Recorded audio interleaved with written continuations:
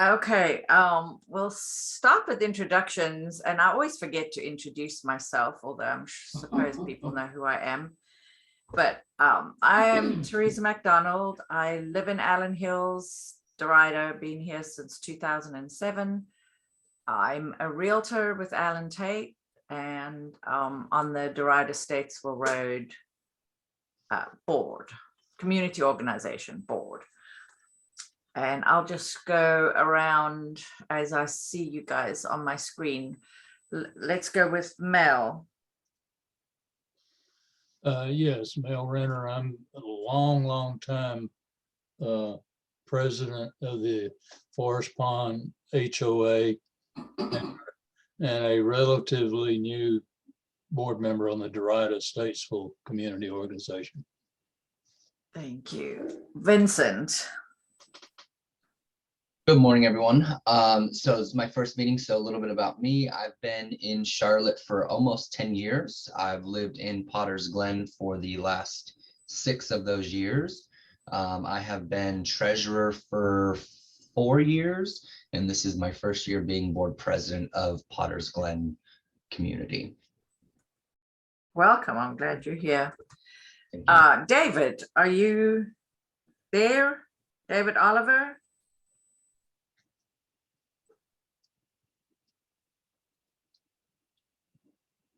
Okay, he doesn't seem to have a little microphone icon, so maybe he's just listening. He's with also off of Sugar Creek, Oak something, just across Sugar Creek from Potter's Glen, I believe. All right, Marion McMahon. Hi, Marion McMahon. I've been in Derita since for 11 years now, and current member of the board of the Michaels Landing HOA, and always happy to be here and see you all. Great. Oh, I see David. David Oliver, you want to introduce yourself? Yes, David Oliver from the Oak Hill community. Been a part of the association for about 18 years as a president. Welcome. All right, Shirley. Excuse me. I'm Shirley. I am the president of the Greenleaf Village community.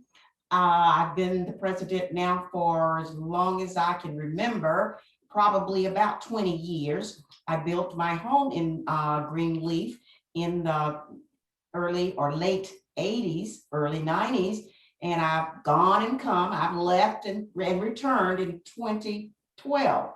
So working really hard in this community to keep it kind of looking a little bit better than it once did. We work with, thanks to Teresa and Sylvia Cannon, we've really gotten a lot of work done here in the community. Still working on some things. I did see, Teresa, I did see CSI in my community in the front yesterday. I don't know what went on. 4 police officers roped it off, and really the cars were stopped on Gibbon Road. Don't know if anybody has heard anything about why CSI was in the neighborhood, but I'll check on that sometime this week if I can. I need to be at work at 10 each morning, so I'm going to discreetly kind of slide out, but I want to kind of get some pointers before I do leave this morning. Good to see all of you. Thanks again, Teresa, for your hard work. Thank you, Shirley. And yeah, if you've ever driving along Gibbon Road and see someone picking up trash, that will be Shirley. Now, Teresa, I tried to be a little bit incognito. You told it on me, though. Oh, okay. Your secret is safe with us. Oh, okay. All right. I have somebody called TP. Hi, I'm Tamra Parker. Oh, hey. Hi. I've been in the Derita / University area for probably about 9 years, I think. And hi, Shirley. I lived on Hosta Drive for about 4 years until October. Yeah, I had the little 2-story yellow house on on Hosta. Okay. Good And I to just, hear your voice again. thank you. It's good to see you on here. Yes. And I was board president of Farmington off of Hubbard Road for about 2 years. So now I've been coming to these meetings for, I don't know, maybe a year and a half or Yeah. so. Do you still have any contact at Farmington? Because I know they have an HOA, but they're not, I have an email for them, and actually I keep forgetting because my emails get rejected because they're CC'd to a bunch of people. Yeah. So they have that filter on their email, and I have to remember to specially go and send them a separate one, and I haven't. Yeah, I can, I'll reach out to the current board president Okay. and pass along your information. If Yeah. Teresa, you want to either put in a chat or you can send it to me through the email. I'm TMR_Parker in your email list. Yeah. So I have no problem passing it along to him. He's fairly active, so he's very active actually. Yes. So- Yeah, that's a few of those communities on Hubbard Road we're not really in touch with. So I want to add as many as we can, because Yeah. we're getting a pretty good number now.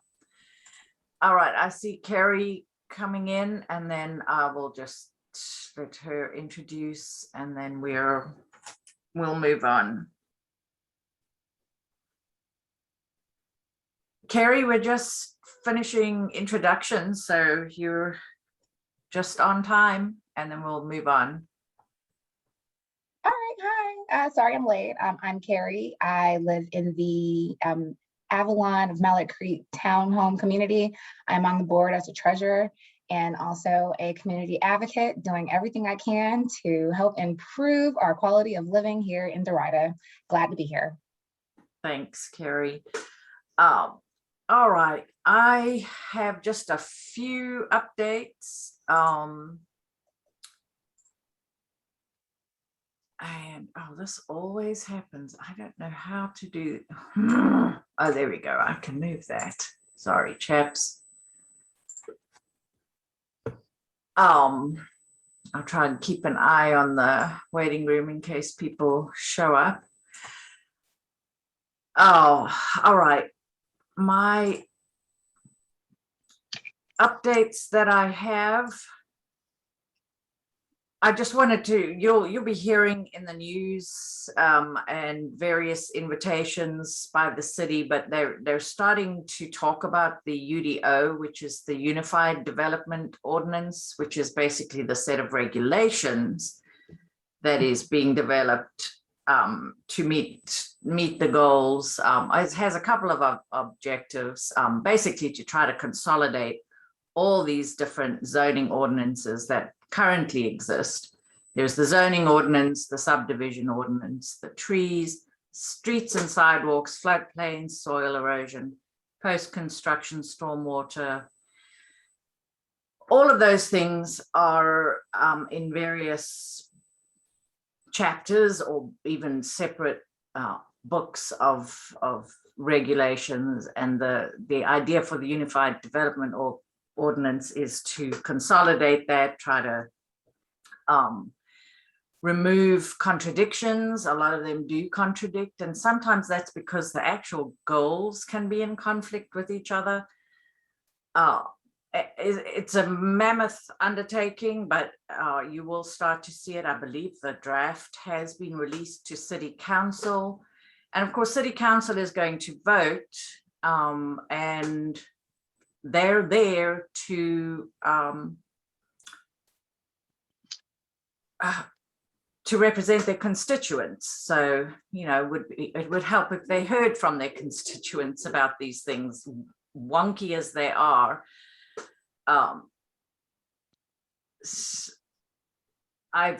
All of these things here are links if you want to read, and we can go back later and see if any of you have questions, or if I can help you understand better what's happening.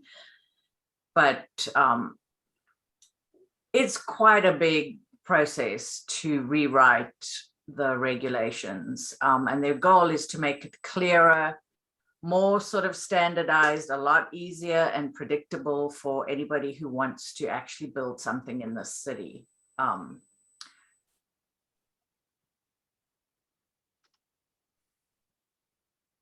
Yeah, I think that's what I have to say about that. And I am on the advisory committee, been doing that for probably 2 years now.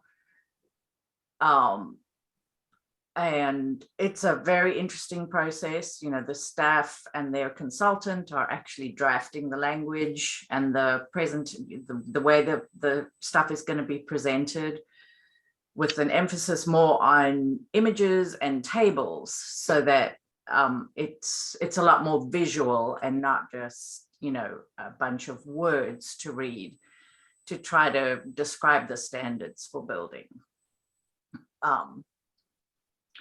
So check that out, because, you know, it's going to come up, it's going to be in the news, and, you know, it would be helpful to be informed so you can guide your city council rep. Capital improvement projects. We have 2 that are ongoing right now. Some of you may never be along Oneida Road, that comes out of Allen Hills towards Graham Street. But that is ongoing. It should be. There was a delay, of course, because guess what? There was a gas line that was not on the surveys. We know all about that. These utilities that somehow the location and the right, they're just, either it's the survey is missing them or the recording of where they are is bad. I don't know. And then Gibbon Road, which of course many people will see if you're driving anywhere from downtown Derita towards Statesville Road, Old Statesville Road. That work is ongoing, and it's going to include improvements at that intersection of Gibbon and Nevin, some stuff that we've been asking for, that will hopefully improve the traffic flow there at that intersection. So those are both ongoing. It's a little bit disruptive at the moment, but hopefully by the end of this year, it'll all be complete. Some other good news I am following, and this building you're all familiar with. I don't have a picture of what it looked like for years before they took down that wooden facade, but this is the building. It is being renovated. They did get a grant from the city to assist with that. And I'm excited to see it. They've got 3 spaces there that will be available for lease. They do have parking in the back, which has always been a barrier to really making improvements at this building. So, and they will have some spots in the front. So I'll keep you posted on that, but I did meet with the contractor who's overseeing that, and very excited, because that building has been a bit of a blight in downtown Derita for a long time. That's a question, Teresa. Yeah. Do we know what they're doing with it? It's they're improving, they're renovating the space for rental.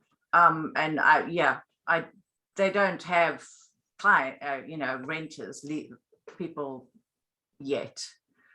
I would love to see a coffee shop or something. One of the spaces, they had an offer, I believe, from a smoke vape type place, but not really a gathering place, a more just to sell supplies, maybe business to business. I'm not clear on that. They don't have a ton of parking. I think they may have 10 or 12 spaces in the back once it's all said and done. But it's kind of a shared driveway to get to that parking in the back.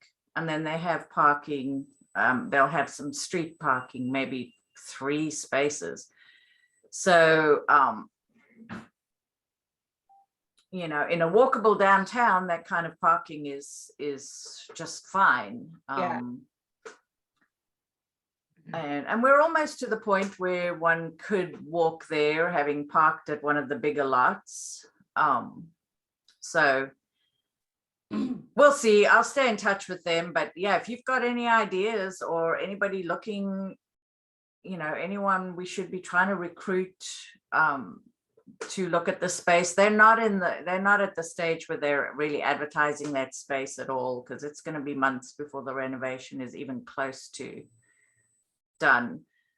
But it's a very nice space. It's a block building, so when you go inside, it's kind of rustic and you know, exposed, and each space will have 1 bathroom, which I don't know if that limits what they can do. But yeah, sorry, Mel. Did I not hear that they got a grant for improving the facade? Yes.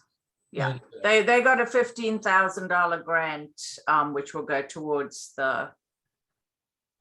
that's for the facade. Yes. well, right now, it looks like the Derita version of the Alamo. And Teresa, this is Shirley. I was kind of, and I understand what you're saying. You're excited about something improving that little building, but I was hoping they would tear it down. There's not a whole lot of parking right up on that area. There's not a whole lot of parking for any type of establishment, in my opinion. That, along with that small engine little shop, those little areas I think need to be leveled. Yeah, I don't want to see it leveled because it is kind of one of the historic buildings, and definitely don't want to see it leveled for parking. But yeah, I mean, I understand it's been such a blight. I think they're going to do a very nice job. It's going to look lovely.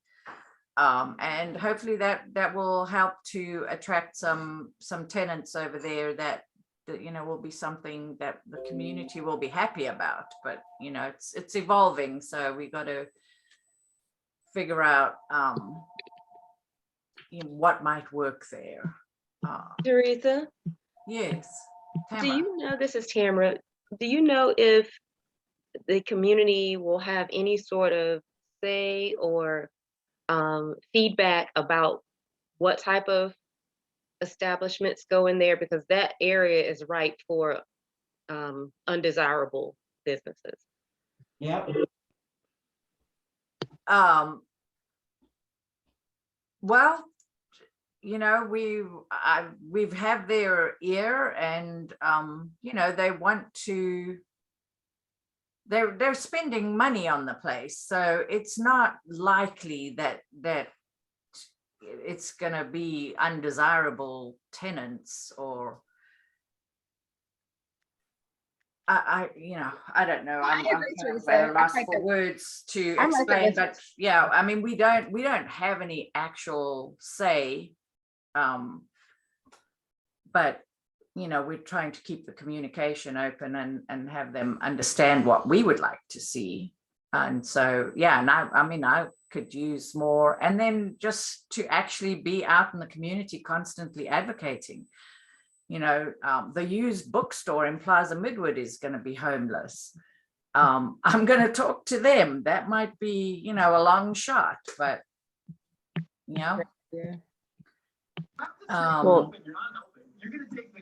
I don't know if anybody's got any other ideas, because yeah, it you know, there will come a time when the space is ready, and they'll be hopefully getting different offers about you know, people that want the space. Well, I think since we are Teresa, having could a you please remind conversation, people to Sorry, mute their somebody's camera? got a lot of the corridor of noise. the community. I think since that was one of the images, one of the main images that people were submitting from the stakeholders meeting.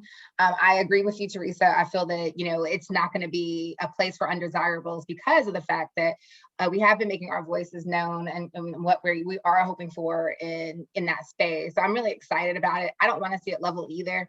I would love to see it just looking really good and welcoming and just be another landmark for the area. So I'm crossing my fingers and I'm hoping that they are hearing us. But if they got a grant from the city to renovate, I think it is because of the fact that it is one of those items on that list that has been submitted to them.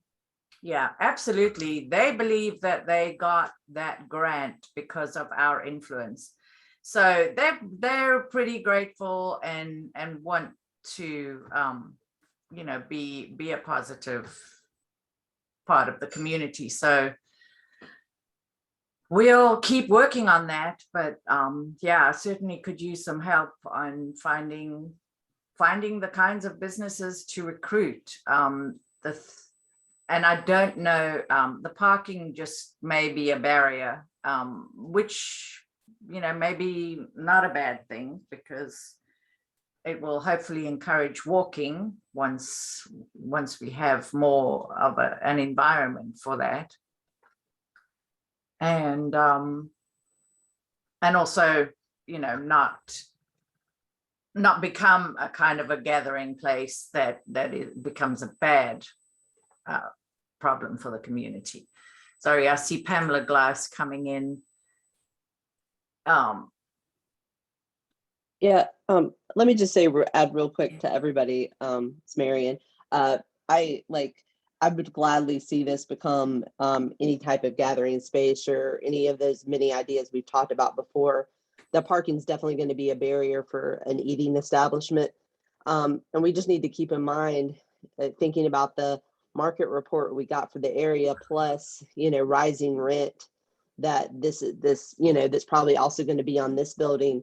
It is definitely going to be up to a group of advocates from here to sell that space to a business we want to see and try to recruit them in ourselves, because given the market factors and given what's probably still going to be kind of high rent with a market that, you know, frankly doesn't probably have the income or the habits that they want to see, that's going to be up to us to convince them that actually there's that their business is desirable here. So yeah, everything everybody's saying, but we're going to have to do the work on that, unfortunately. Yeah. Well, and the playbook, the playbook that is going to be the outcome of this, which is the screen that you see in front of you now, is going to be like a document that will show what we're looking for, what even the economic report is going to show what did they call it? The leakage, which basically shows where people in this community currently spend their dollars, which is, you know, which could be spent in downtown Derita if the things existed there that where people wanted to spend their time and money. So, yeah, as you're out and about, and seeing any kinds of businesses, especially those that are going to be homeless, like the used bookstore. I'm going to talk to them, but I don't know, they may not be reopening or planning to do anything, because some businesses just have a natural life cycle, and retirement comes and there really isn't anybody taking over. As far as the playbook process, that is still ongoing. Right now, the Blue Tide Creative, which is the consultant that the city hired to do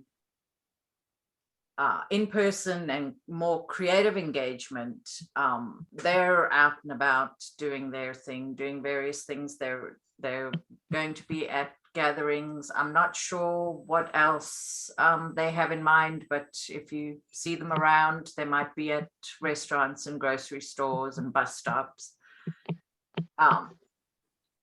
And they may need some of us to help with that, to volunteer. They have a survey on an iPad and a couple, a bunch of iPads to sort of circulate around.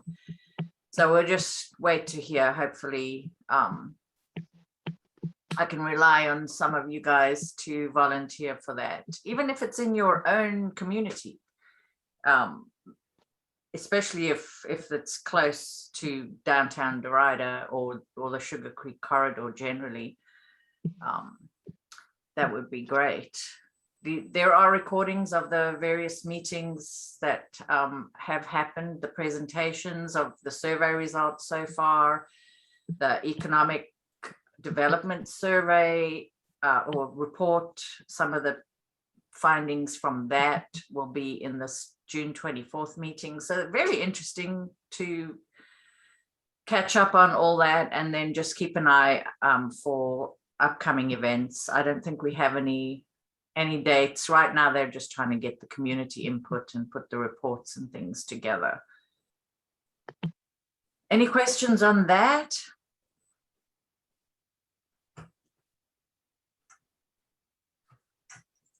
Okay, I keep this slide here just to remind us, these were all the rezonings that were approved in 2019 and 2020. So when we finally start seeing some earth moving, we'll know what it is. The only thing still pending from that year is this huge redevelopment innovation park. It's not really Derita, it falls into the university business district, but it's still going to be a huge impact for us with all the things they're adding there, really mixing up the use. It's an office park at the moment, but they will be adding some residential, hotel, retail probably. It's a big redevelopment. So we'll keep an eye on that. That's the kind of thing that will probably make the news, to keep up on that. And then we only have one rezoning in 2021. It's relatively quiet in Derita. And that's this one at the corner of Hubbard Road and Mallard Creek, and it's for senior housing, which will have affordable units, what they call mixed income, but they set aside some units for. Sorry, now I have a cat. And that's all I have on rezonings. You will have seen certainly the earth moving and trees coming down on the big development at Cannon and Sugar Creek. That's townhomes coming over there. Something we're seeing, which seems to be going on a lot all over, really all over the country, but all over Charlotte and certainly in Derita, is a lot of this new construction is being sold by the developer either to an investment firm or they're doing it themselves, like DR Horton on Gibbon Road with Harrison Trace. That is going to be for lease. All those single family houses will be. Can I ask a question, Teresa? I don't mean to interrupt. Right. Yeah. So on that note, for Canon 1515 or 15 Canon 15, so I called them and I asked them, and they said that those were for sale. And I asked him if they were going to be selling to investors, and he said that was not the plan. He also said that the renter cap was maybe, I think, 25%. So he had no intention on selling it to any investors, which I thought was really, really exciting. There are going to be a lot of units. I think he said probably, I'm not sure what the number was, but the sale price or the average sale price, I believe, was between maybe 275 or 255 to 275 as well. And they're also finally breaking ground on Rockwell Church, the townhome community you and I have been going back and forth about for the past few months. And those average, there are going to be 14 townhomes no affordable housing. It is all for sale there. And then he said that no amenities, and they're actually starting at 290 across the street from Teresa Elder Park.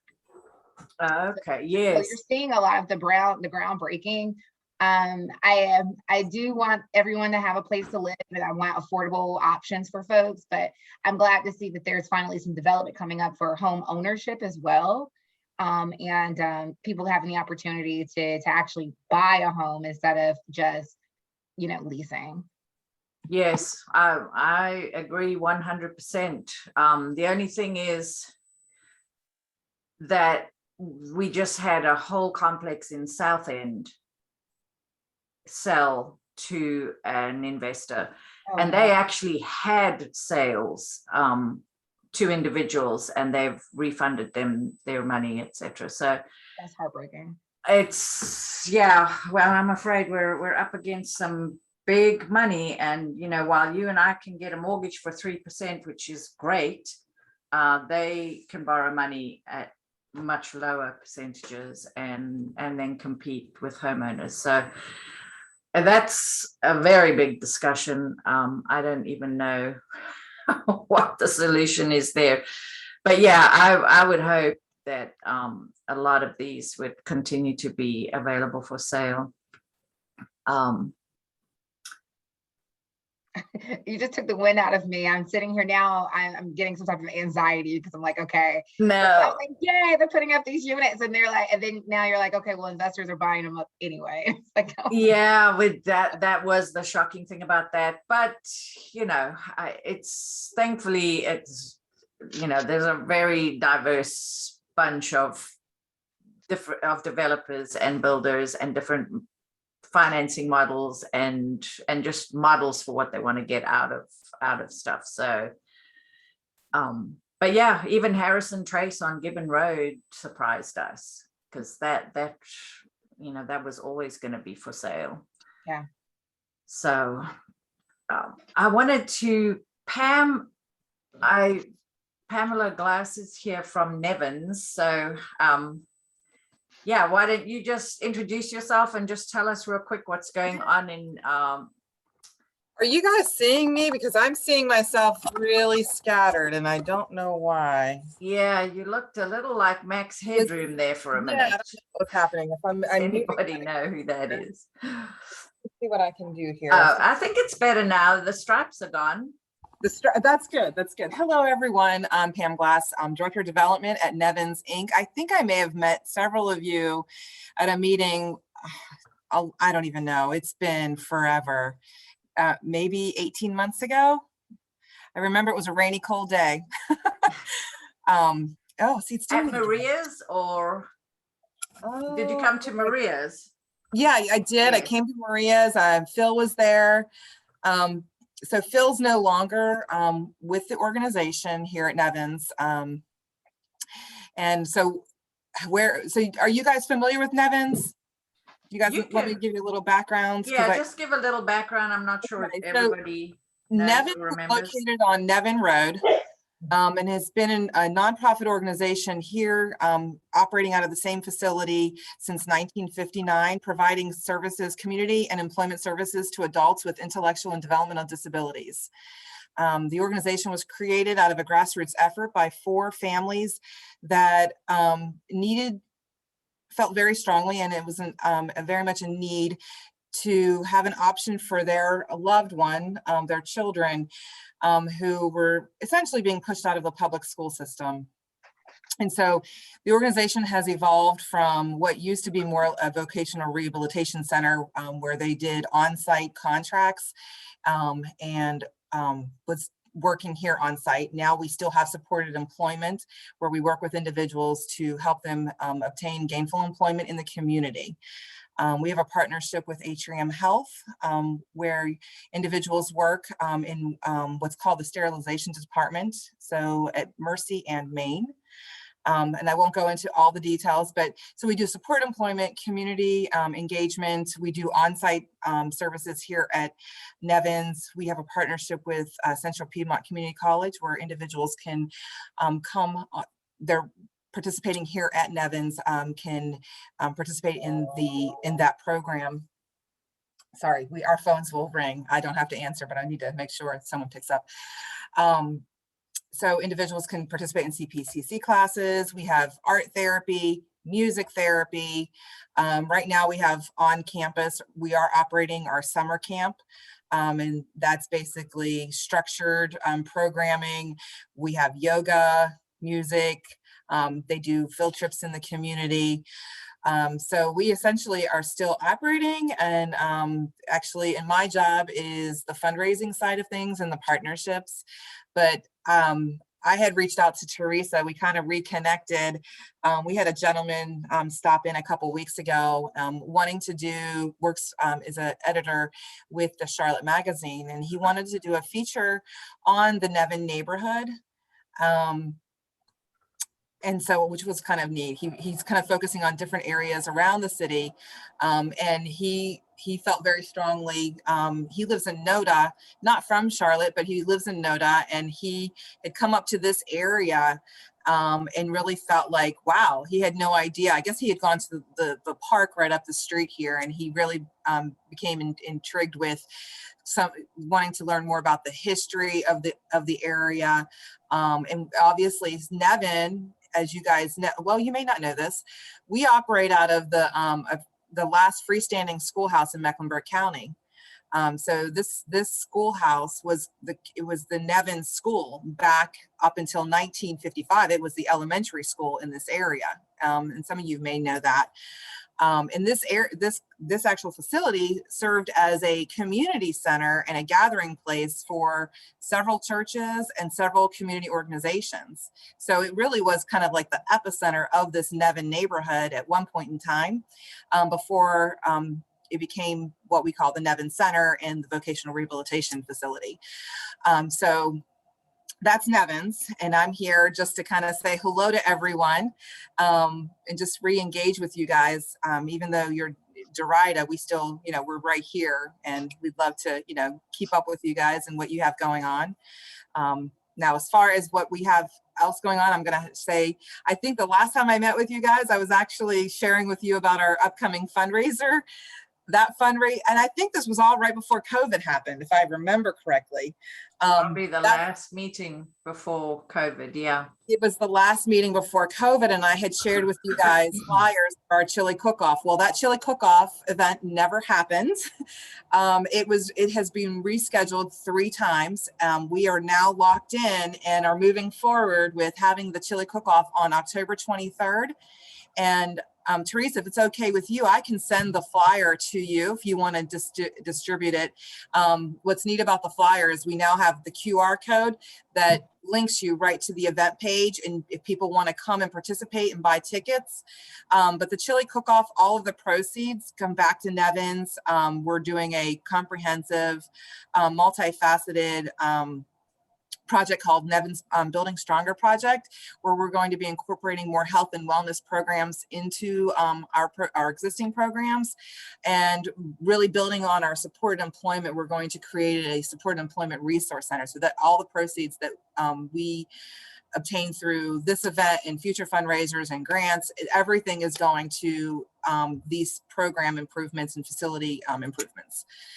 So I can send you the flyer on the chili cook-off. Again, it's October 23rd. It's from 12 to 3. We are still currently, because I guess the gift is that we've been building on our sponsorships. So it's becoming a bigger event. We really have worked really closely with Noda. It's at Noda Brewing. And they've come alongside us with even more sponsorships and more opportunities there for making the event a success. We've also been able to increase the number of competitors. So we were originally only going to have 10, but we recently had a meeting where the facility has some expansion opportunities. So we're going to increase it up to 14. So now we have 4 spots. If you know anybody that is an avid cook who wants to compete, we have now 4 more spots to add more competitors. So, we would love to see some of you there if you don't have anything going on that Saturday. And then I have to jump off because I have a 10 o'clock meeting, but I appreciate you letting me know about the meeting and sending me that link this morning. It was the first email that I saw, so I jumped right on. Oh, wonderful. Thank you. Well, yes, and it's a very fun event, the chili cook-off. So you've been to it, Teresa? I have been to it a couple of times. Okay, Once wonderful. when it was at in Plaza Midwood, and then Yep. the Noda Brewing. So yeah, it's a great event. It's outdoors, so whatever's happening with COVID, it should be relatively safe. And yeah, it's a lot of fun and great to support that awesome Nevins organization, because they do some good work. And I think you can sort of stop in and visit if you want to know kind of what's going on over there. Yes, you can absolutely. You know, we're always happy to make new friends and have new faces on campus. We definitely, you know, are adhering to all COVID safety standards.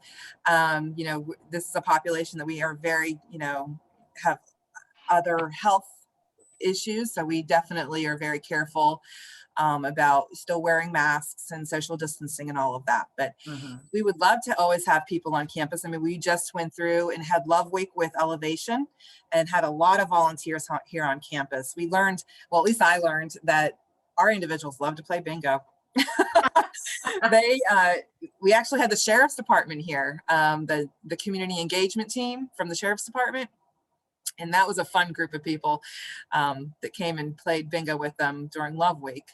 Yeah. So, yeah, we always love to have people come by and say hello, even just to wave and visit for a few minutes. So if you ever want to do that, reach out to me and let me know. Yeah.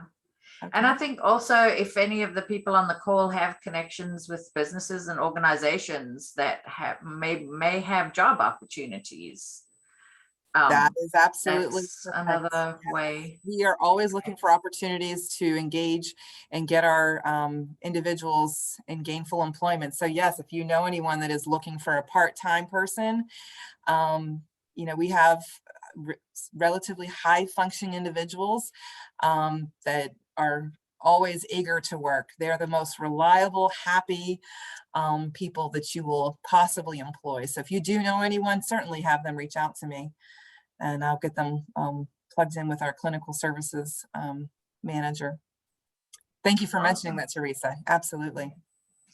Awesome. Thank you, Pam. Right. Well, thank you. So I'm going to jump off, but keep me, so it's the first Thursday, 9 o'clock. Yes.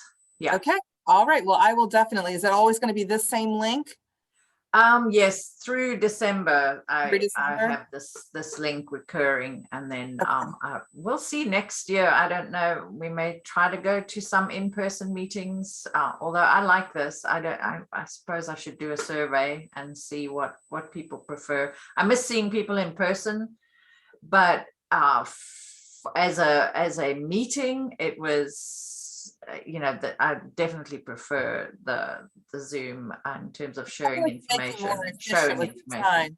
Yeah, well, I appreciate you sharing this with me, and I definitely will put this on my calendar for the first Thursday. So thank you so much, guys. Have a wonderful day.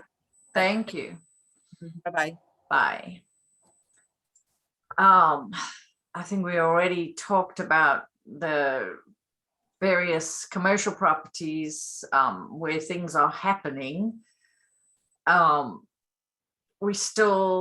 Puckett's is still on the market. I haven't had an update on that.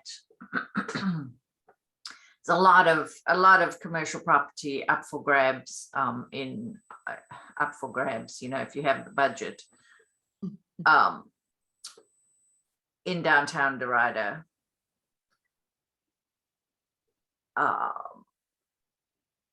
don't have anything new on this, because this is the shopping center at Mallard Creek and West Sugar Creek. I believe, according to Malcolm Graham, council member, Walgreens is coming into that old Harris Teeter, not Walgreens, sorry, Food Lion is coming into that old Harris Teeter over there, to be confirmed.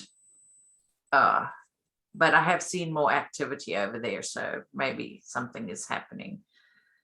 And where Maria's is, I've also heard a rumor that there were going to be some renovations and a facelift there, which will be awesome. Yeah, it's the opposite of a broken window effect. Once people start cleaning up and making investments, it encourages others to do the same. And yes, that means rents will go up. But you know, you kind of have to take the wins.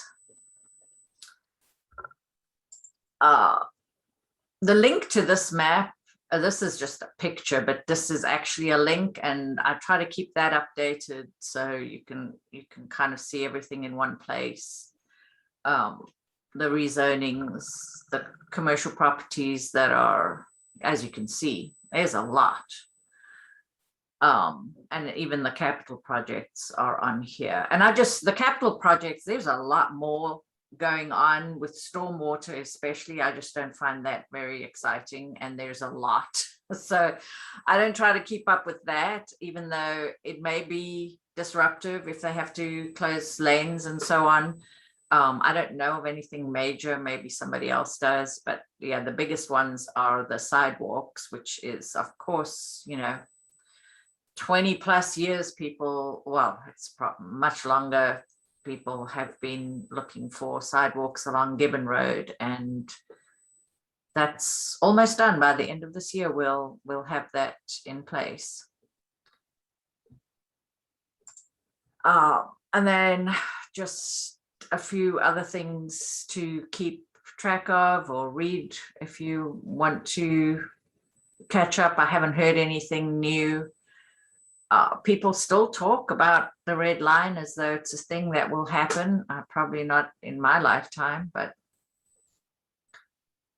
these links are here for you guys to read up some more. And then I wanted to just quickly, I don't know what the time is, 7 minutes to 10, see if we've got any community updates from you guys, if you've got anything to share from the communities that you represent, or any questions, anything that we should be following up on. And yeah, I think just start if you've got something.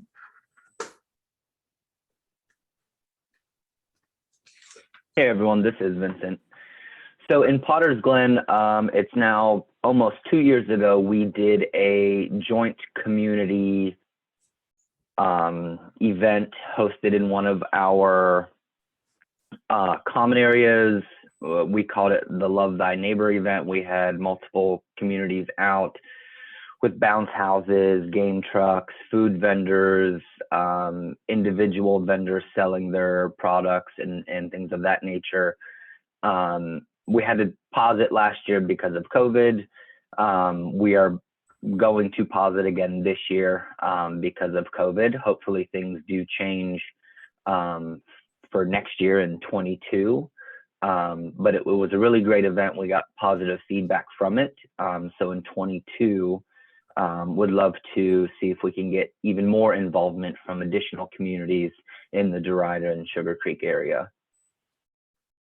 So we typically do that. When we did it before, we did it in October. That way it's not super hot outside, but it's also not cold. So it kind of was like the perfect fall temperatures. Great, thanks for that. So yeah, you can keep us posted and I can help publicize it to our email list. And then of course, you know, Nextdoor and Facebook, I'm sure. Thank you. I don't know that their events on Nextdoor actually get much traction unless people go to the event section to see events. Like they don't just appear in your news feed. So I'm not sure how helpful that is. But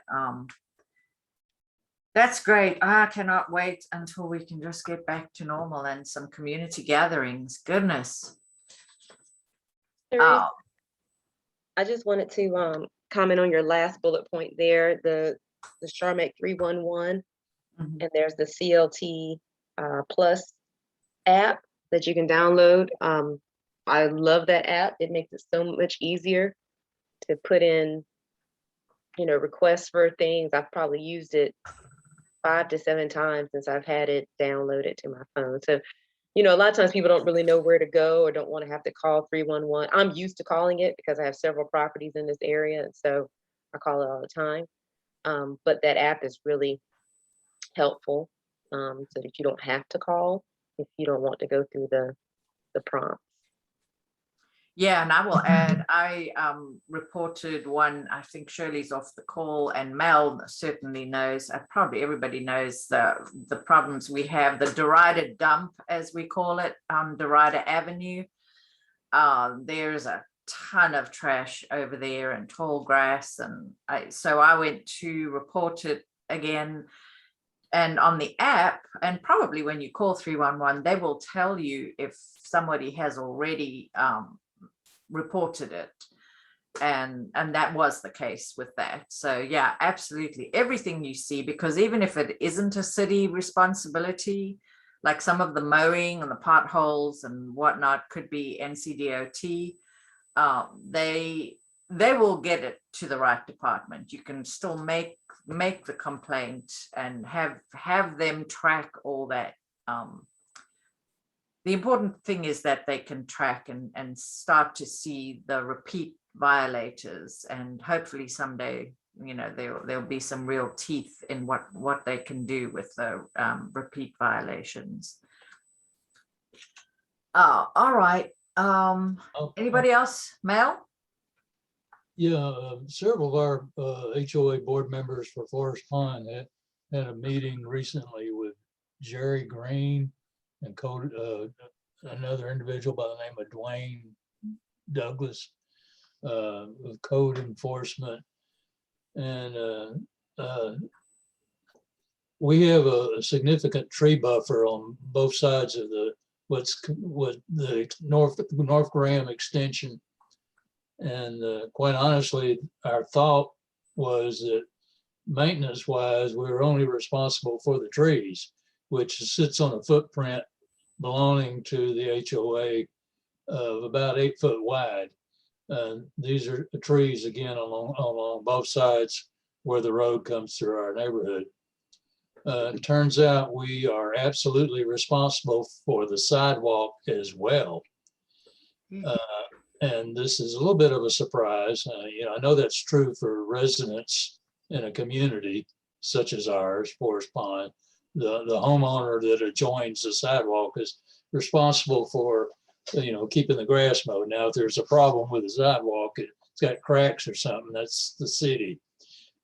So yeah, we were politely told that we best keep it mowed or we are subject to a violation and a penalty. So it's interesting, and there's an ordinance that covers this, that if you're next to a right-of-way, chances are you're going to be responsible for the sidewalk. So this is true for the entire new road. And there's areas where, you know, there's no way that the property owner is adequately maintaining the sidewalk. One of the best examples. Even when it's in their backyard? Yep. Because some of them, it's their backyard. Yeah, I know. Some of it is, you know, some of it, quite frankly, strikes me as a bit unrealistic, you know, and there was a lot of misunderstanding about just whose responsibility is.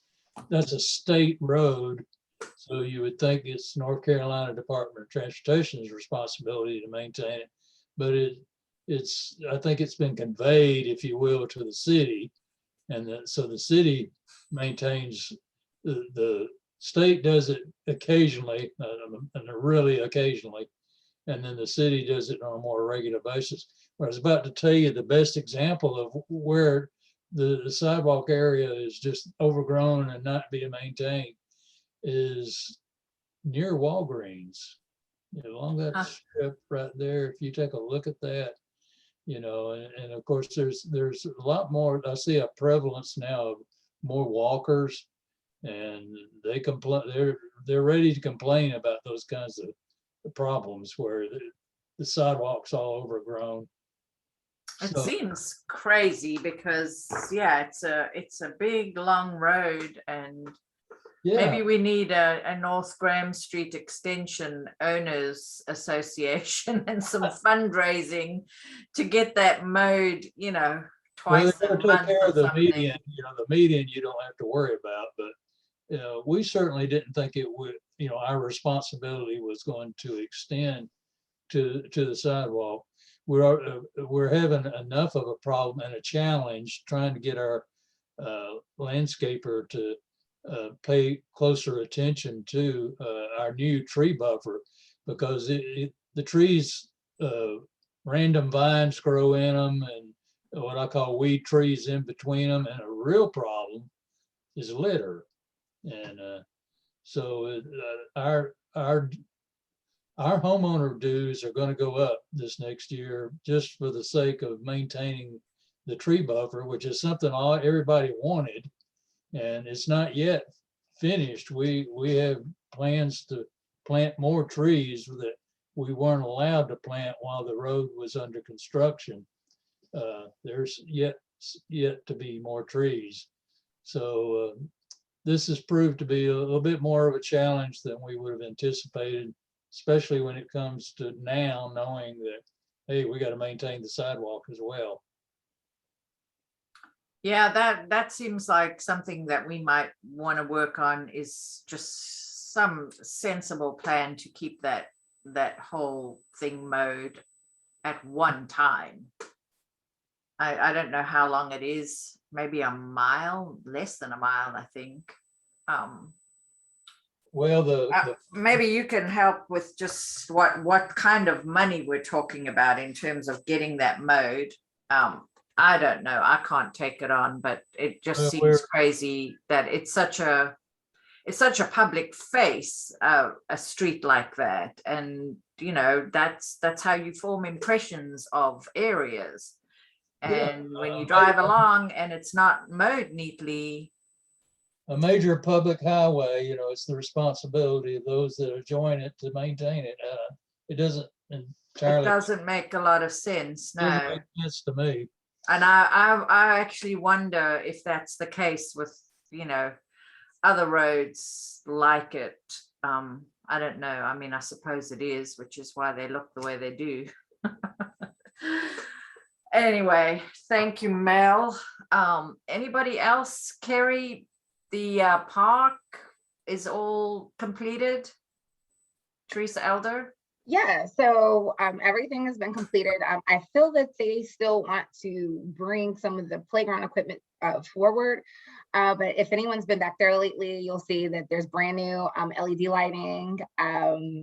The sign has been replaced. It's actually been replaced twice because of the bullet holes, but whatever. Yeah, they've repaved the walking trail. It actually connects the entire park. So before, if you've ever been out there, there has always been, it was kind of like a horseshoe. So it started from the street, it go around the playground, and then it ended at the street. So you kind of had to walk through grass to complete a whole circle. But now it's been repaved, and you can walk around the entire park. It's super clean.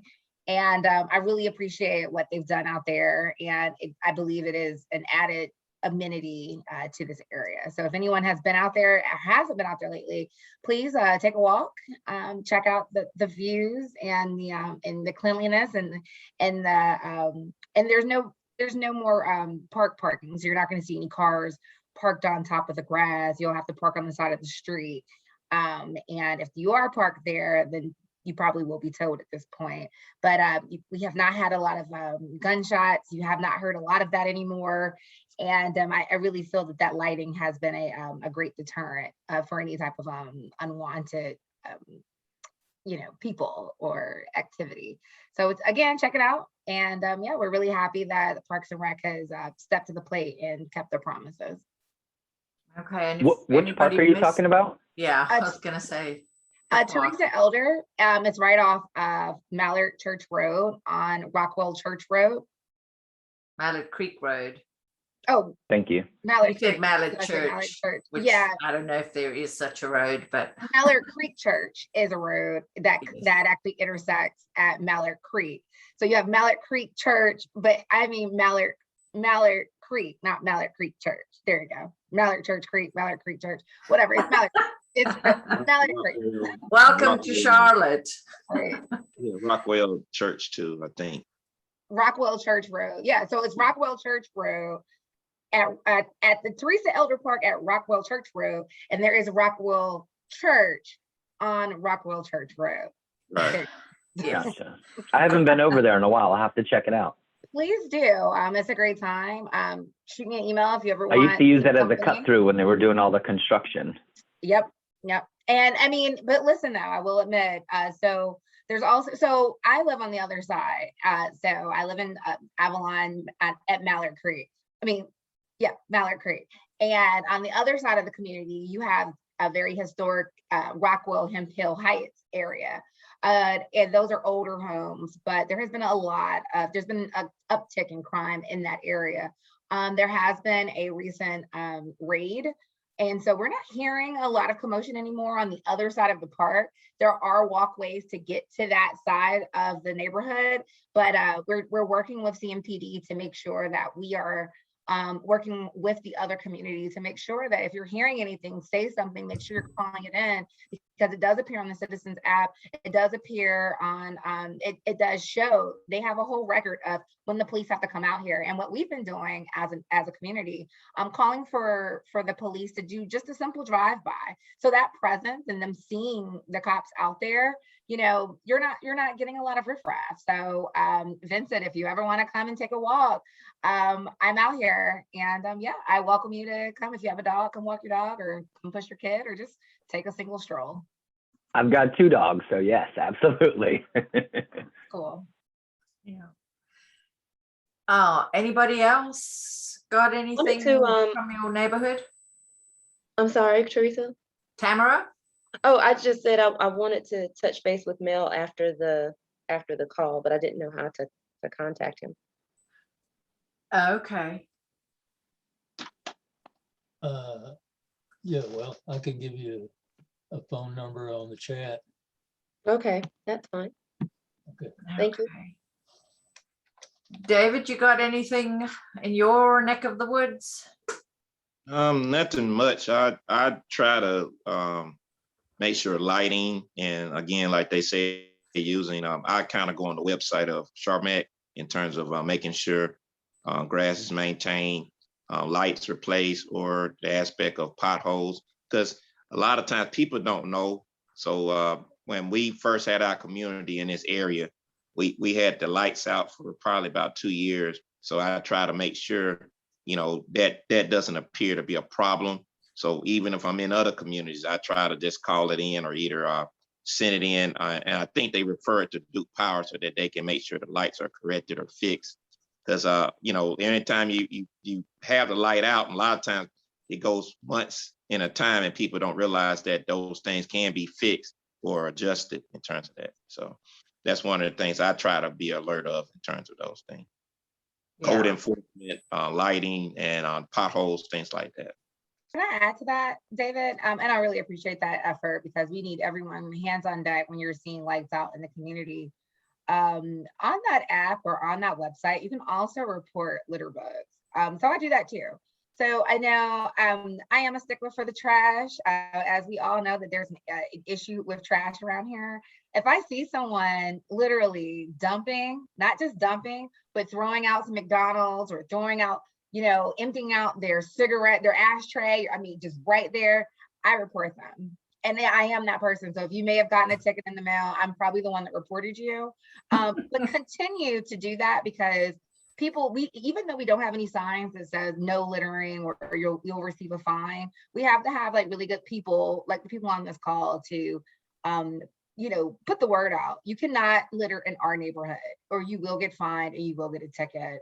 I was also going to say something else. Oh yeah, so as far as another update, so Teresa, and some people may frown upon this, but this is another thing that what we're doing to try to maintain, you know, ownership in the neighborhood. We actually passed a restrictive covenant, a moratorium, and it was hard, but we achieved it. We got 70%. I think we only needed maybe 59%, or I'm not quite sure. Don't have me lying, but we achieved 70% of our homeowners to sign on board for restrictive covenants. So that means our rental cap will be at less than 40% as the board reviews new leases that come in. Of course, the folks who have been here and who have been renting out their homes are grandfathered in. But I will tell you, we are keeping some really bad apples out of our community by having that extra layer of background checks and criminal report checking.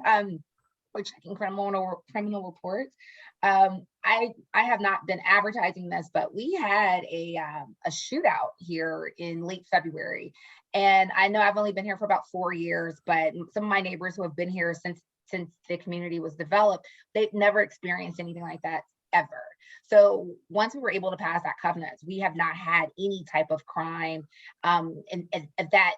if that size happened ever, like, since then. So I implore everyone to communicate with their neighborhoods and their community and see what people are, put the pulse on, check the pulse and see if folks really want that. Because when we're seeing, just like we were talking about earlier with the investors and people coming in and buying stuff up just to lease it out around here, we want people to be able to have that experience to buy their home, first home, forever home, whatever home it is, without the investors coming in and picking everything up. And so what we've been seeing with that restrictive covenant, we've had a higher quality of leases in the community. So I think that was one of the hardest and most challenging things we were able to achieve this year, but it has definitely worked out in the long run. Just an FYI. Carrie, how much more does it cost to add that in? That's one question I wanted to know too. Do you remember what it was? The restrictive covenants? Yeah, to add that in.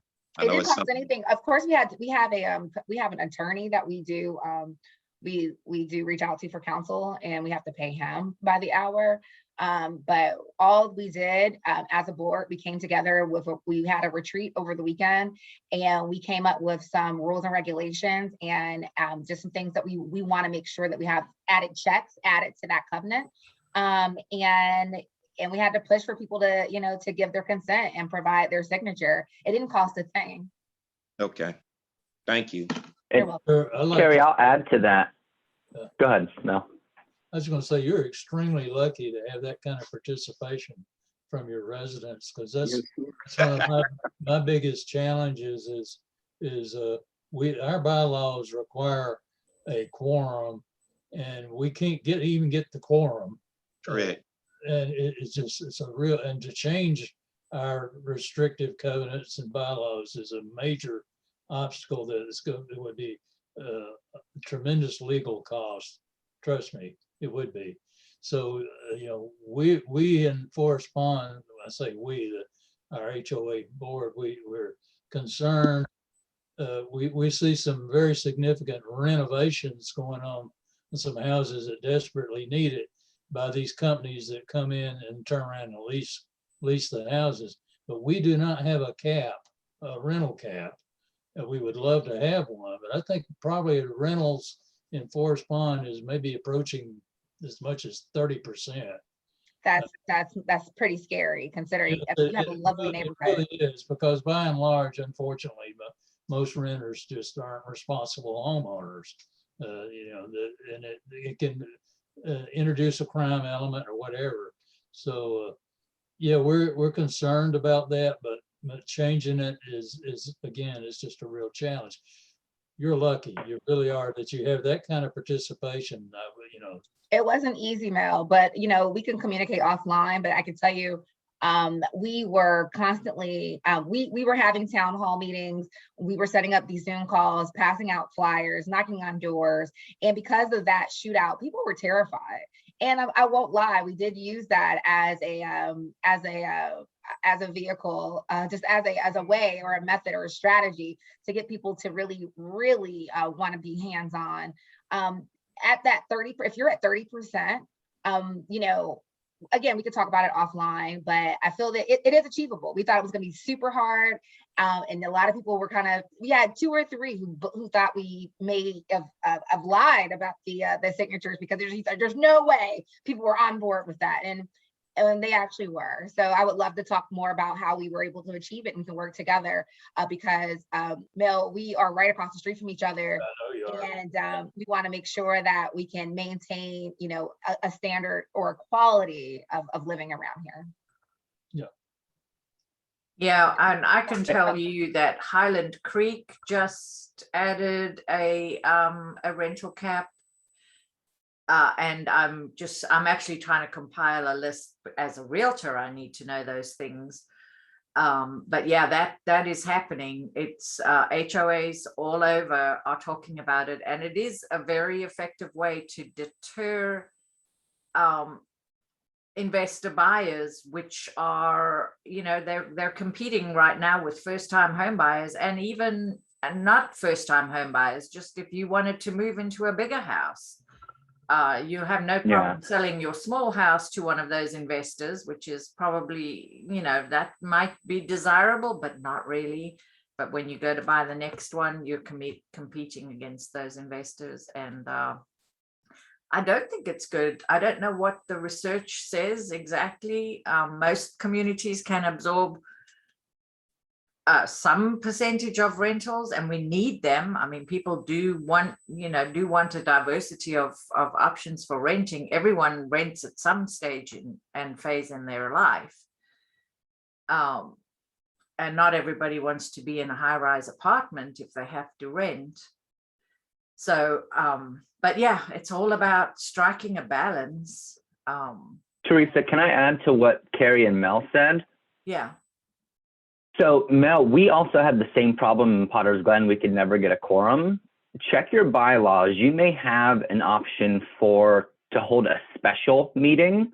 We had to consult with our attorney because we could never get a quorum. So we sent out the vote. We completely eliminated investors from buying in our neighborhood. You are able to rent your house, but you have to own it for 2 years before you can rent it out. But it did cost us a significant amount of money to get that with the attorney. I think it cost us under $7,000 because it was a long, drawn-out process. It took us about 2 years to enact all the changes, but we made changes to our bylaws, our CC&Rs, and everything. And we basically updated it from 20 years ago to current day. So, but it may be possible through a special meeting. So I would just look into that. And so, yeah, I think just like Vincent said, yeah, just skim through it because you may have a loophole in there or another.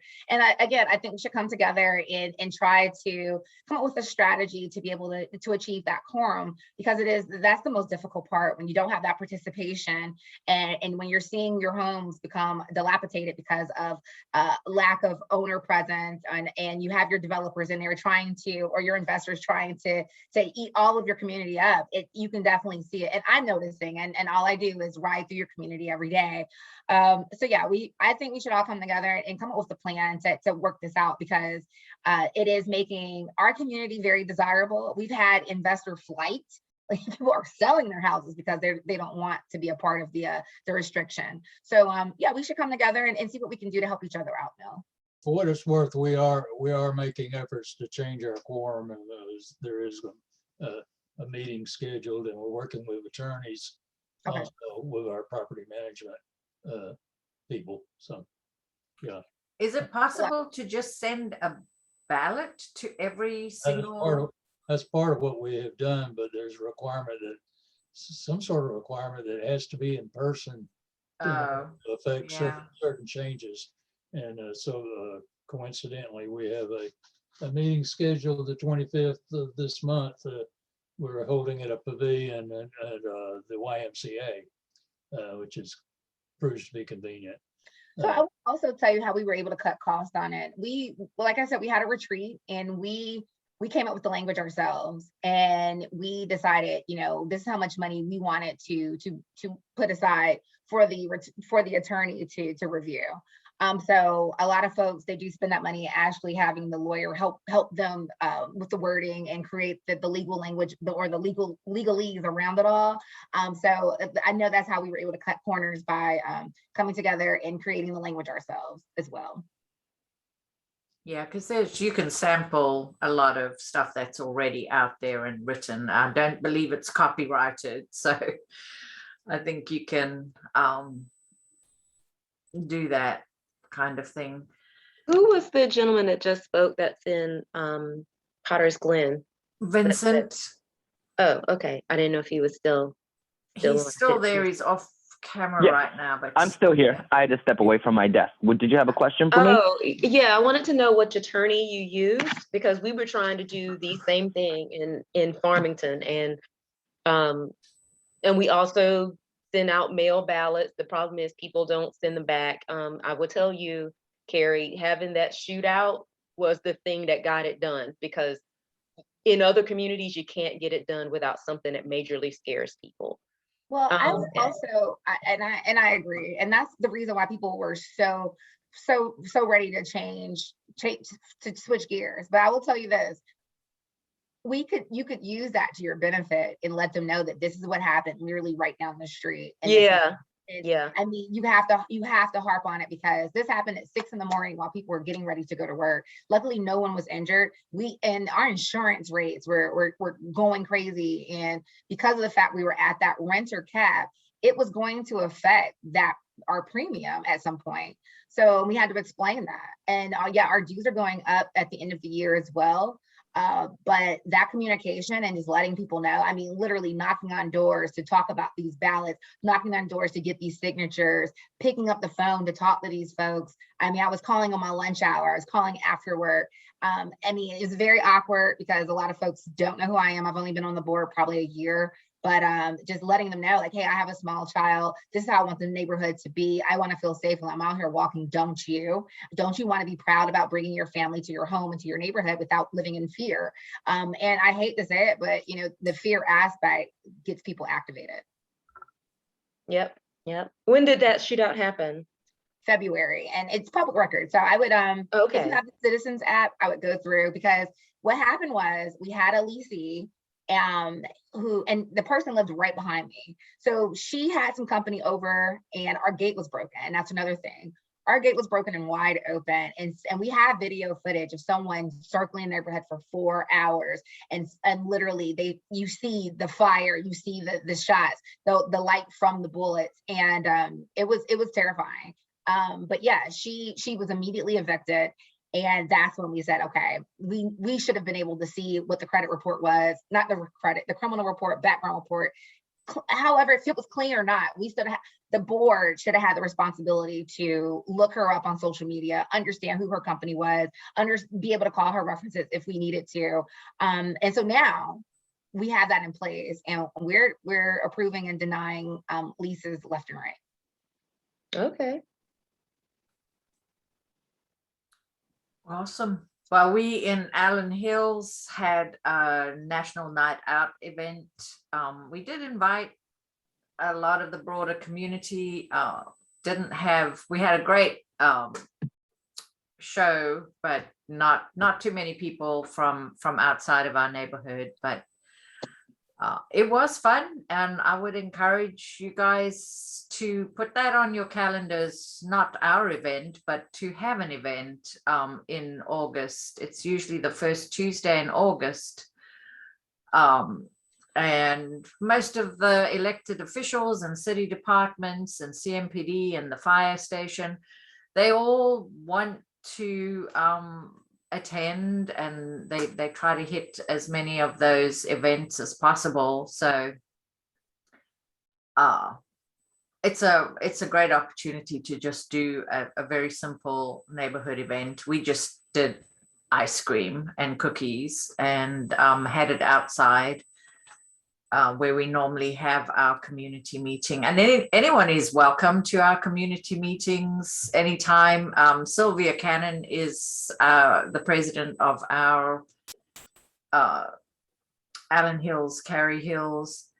So you get some broader updates there as well. And just, yeah, the more we neighborhoods are talking to each other and sharing information. We don't have an HOA, so there's a limit to what we can do in our community, but certainly you guys with the HOAs need to address that. And it's interesting, the different approaches, because Vincent, you said you guys added a have to own or live in it occupy it for 2 years before it can be rented, but no rental cap as such, or is there also a rental cap?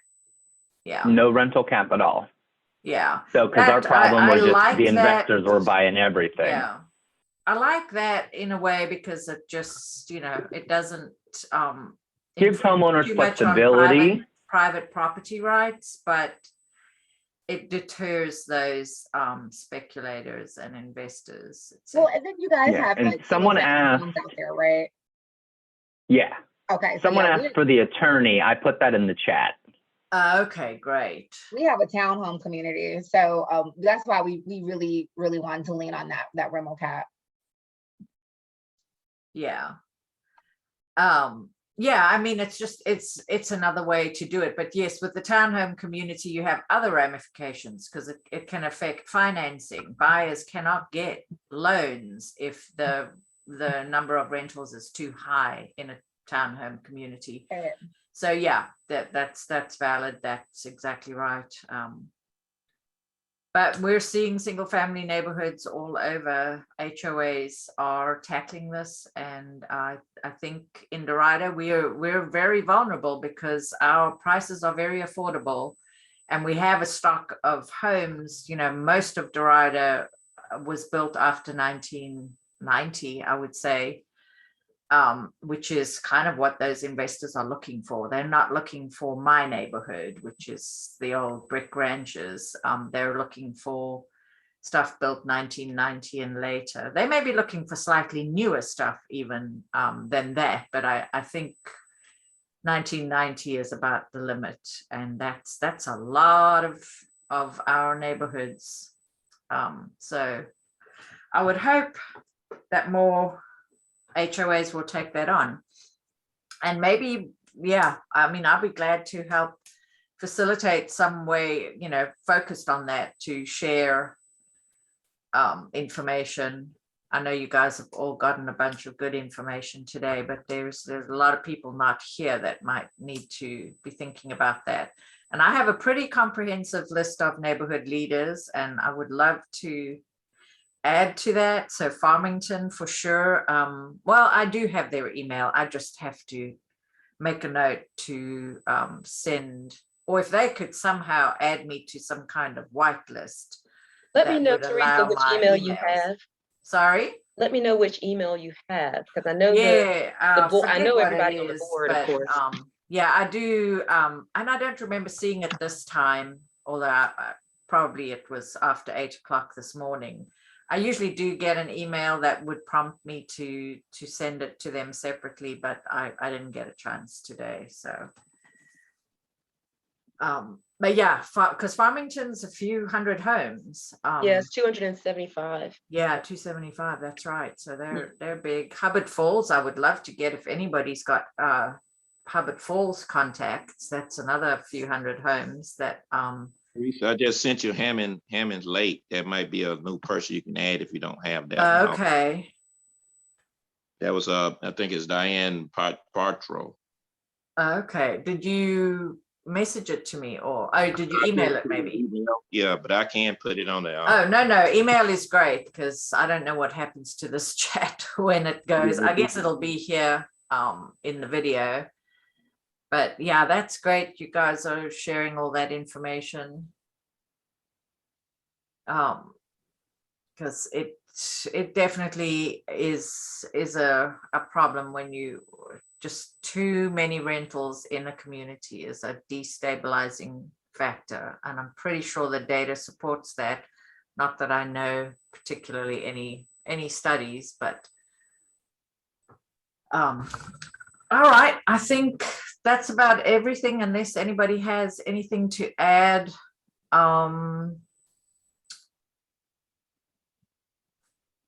Today or for upcoming anything. And let's try to get, maybe we need to do this in the evenings, because I'm gathering that not everybody has such a flexible, but we could actually focus do a meeting focused for HOA and neighborhood leaders, and maybe do that in the evening, even if we did it once a quarter or something. and try to get some more of those people, because I do have them and they do get the invitations, but I understand, 9 o'clock is work time for most people. So I will do that, send out an email to the contacts that I have and try to understand, maybe a quarterly meeting just for HOA reps and other neighborhood leaders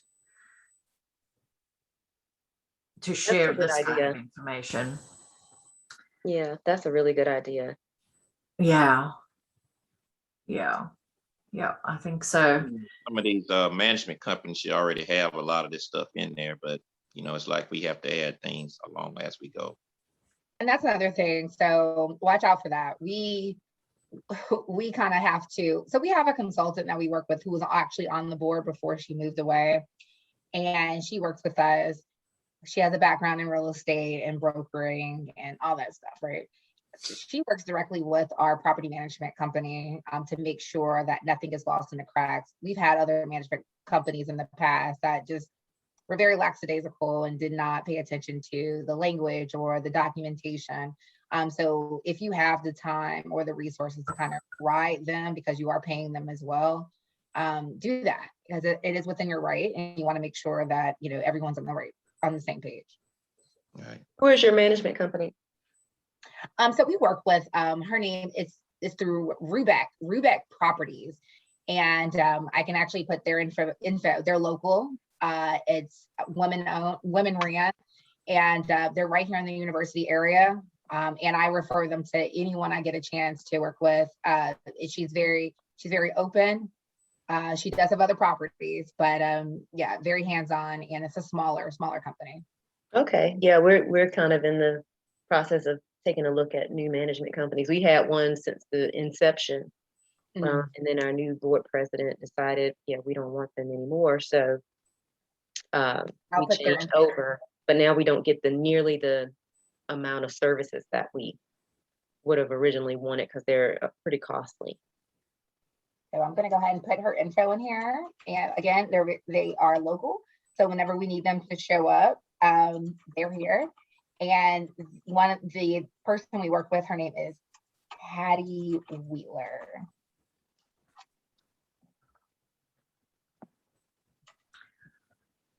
Thanks. You're welcome. Awesome, guys. If there's nothing else from anybody, I'm going to stop the recording, and I have one last question. Yeah. And I wanted to make sure I might have misunderstood. Is the post office across from that building they're redoing in Derita closing? Yes, it is. The post office is closing? Are you serious, Mel? No, he wanted to know if it was across from the building. And it's not closing that I know of. Oh, I thought I heard that it was closing. I just wanted to make sure I was correct if it was closing. Okay, yeah, no, it's not closing. They tried to close it about, maybe it was 10 years ago, and we fought very hard to keep it. It's not a true post office, it's a contract facility, but it's here to stay, and it just got renamed for Julius Chambers, a civil rights attorney. And it got a bit of a facelift. It could still use some more improvements, but the building itself definitely got a facelift. And so, yeah, no, I think it's here to stay.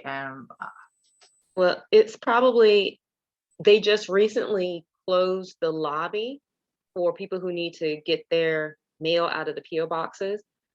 And of course, that's one of the revenue sources for a post office. And now they're closing the lobby at the same time they're closing the post office.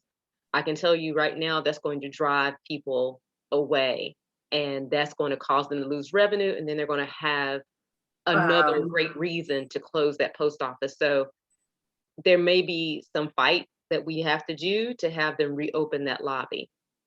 Yes, and I think they closed it because they had I think, I don't know if it was more Squatters, than I one think, or homeless something. person taking up or sleeping in there. And I don't know if it was open overnight always, or I never tried Yeah, to I go. don't recall it ever being like during the day. A homeless person normally wouldn't try to go in there during the day, Yeah, but you know, that to me is no excuse. Every post office could have a homeless person in it. yeah, So that's a yeah, little suspect that they have decided to close those lobby doors. I think they're just trying to give themselves more reason once they lose that revenue to say, well, it's not worth keeping open. yeah. Yeah, and you may be right, because they certainly tried to close it before. So yeah, all right. Well, that'll be something to watch. What made you ask that question, Vincent? Was it because the lobby was closed, or you heard something else? I don't know if it was on one of the YouTube videos that I watched of a recording that had like a list of buildings for rezoning or something like that, but I thought I seen the post office on there, so that's why I wanted to bring it up. Okay. I might, well, I don't know. The building across the street that I talked about earlier did house the post office at one point, but that was decades ago. And I don't know if maybe that's what you heard somewhere along the line, but Yeah, could have been confusion on my part. yeah. Well, we'll keep an eye, because as Tamara says, that, you know, those boxes, that's a huge inconvenience not to pick up, you know, to have to pick up your mail during, you know, post office hours. All right, thanks guys. We'll see you next month, and we'll talk about adding an evening meeting for HOA and neighborhood leaders to try to share this kind of information. I don't know that it needs to be monthly, maybe just quarterly, but we'll see what people think. Thanks, Teresa. All right. Thanks, guys. Bye-bye. Bye. Thanks for coming. Thank you. Thank you.